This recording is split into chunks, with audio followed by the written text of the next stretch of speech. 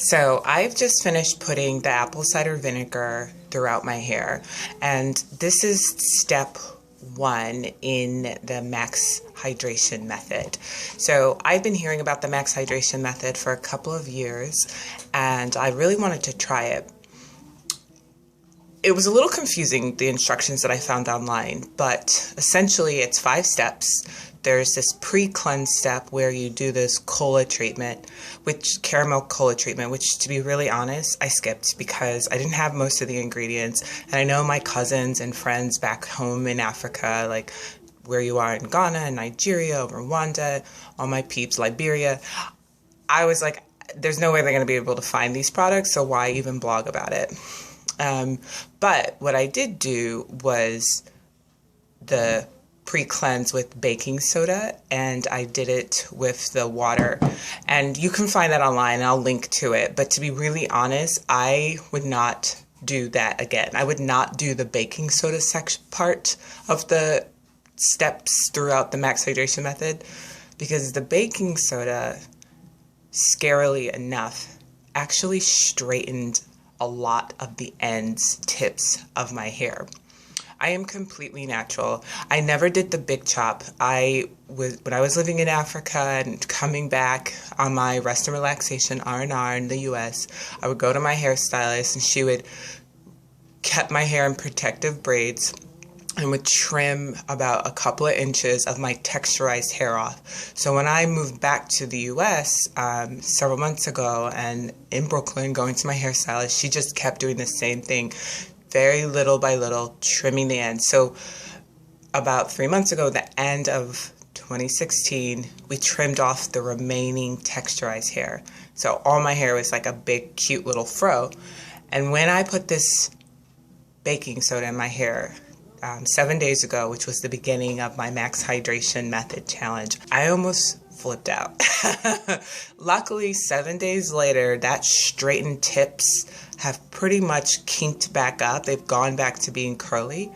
So I'm not going to, and I had diluted it a lot. I'm not going to risk doing baking soda again, but the pre-cleanse, you can swap it out for apple cider vinegar, which, to be very honest, worked amazingly. And I'm going to give a thumbs up to the apple cider vinegar and a thumbs down to the baking soda.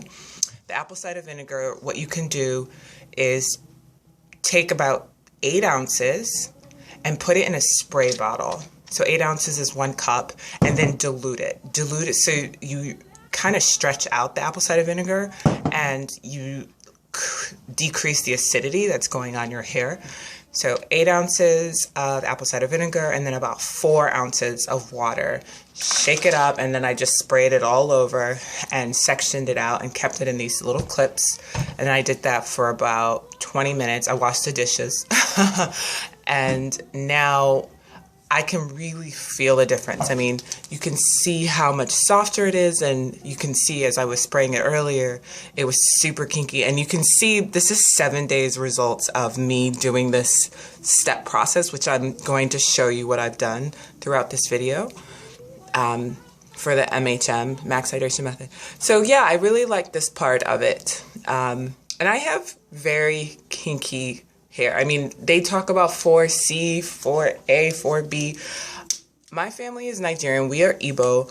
I was born here. My parents are born there. My mom always used to joke to me and my sister, "You girls got your father's hair. You got that kinky Nigerian Igbo hair." It's like, yes, we did. And I love it because I love how it can be so short and the shrinkage is so real. And then I can pull it out. And then when I go to my hairstylist, which I have an appointment to go and do in a couple days, she will blow it out and put it in protective braids. And my hair will be this big. And I'm going to post some pictures of her having done that in the past. And you'll see how nice it is to have our textured hair, this like beautiful African hair.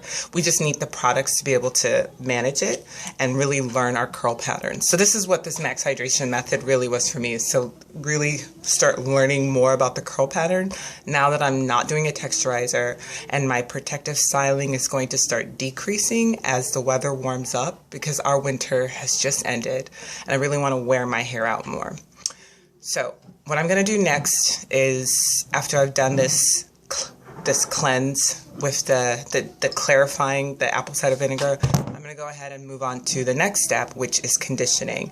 And I just got a nice, oh, and before I forget, if you don't want to do apple cider vinegar every single day, which some of you won't want to do, as you're doing this challenge, you don't have to.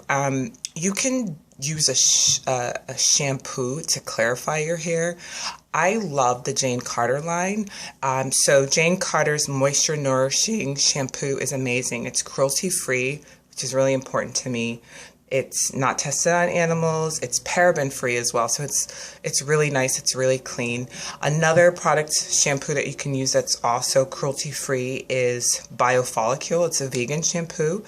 Aromatherapy has rosemary and mint, and it's really nice. And if you want to know how to get these products, just go ahead and send me an email, and I put all my contact details on the bottom. So yeah, now I'm going to rinse this apple cider vinegar out, and then I'm going to deep condition it with, this is the next step, this just any deep conditioner that does not have parabens, that does not have silicone. You want to use a shampoo that's focused on helping with moisture replenishing and protein, and it's for dry and damaged hair. Here's a good brand that I've discovered as well. Meal Organics. This is Babasu oil. I actually found this at a drugstore. I was impressed with it. I normally stick to the same conditioner, but the conditioner I've been using, actually, I realized I can't use it for this method. And it leaves this coating, which I normally like because my hair can be very, very dry and the curl is so tight, as we say, kinky. But this was really great. And so it's called Meal Organics. Okay, so this is going to be the next step, and I'll show you the results afterwards.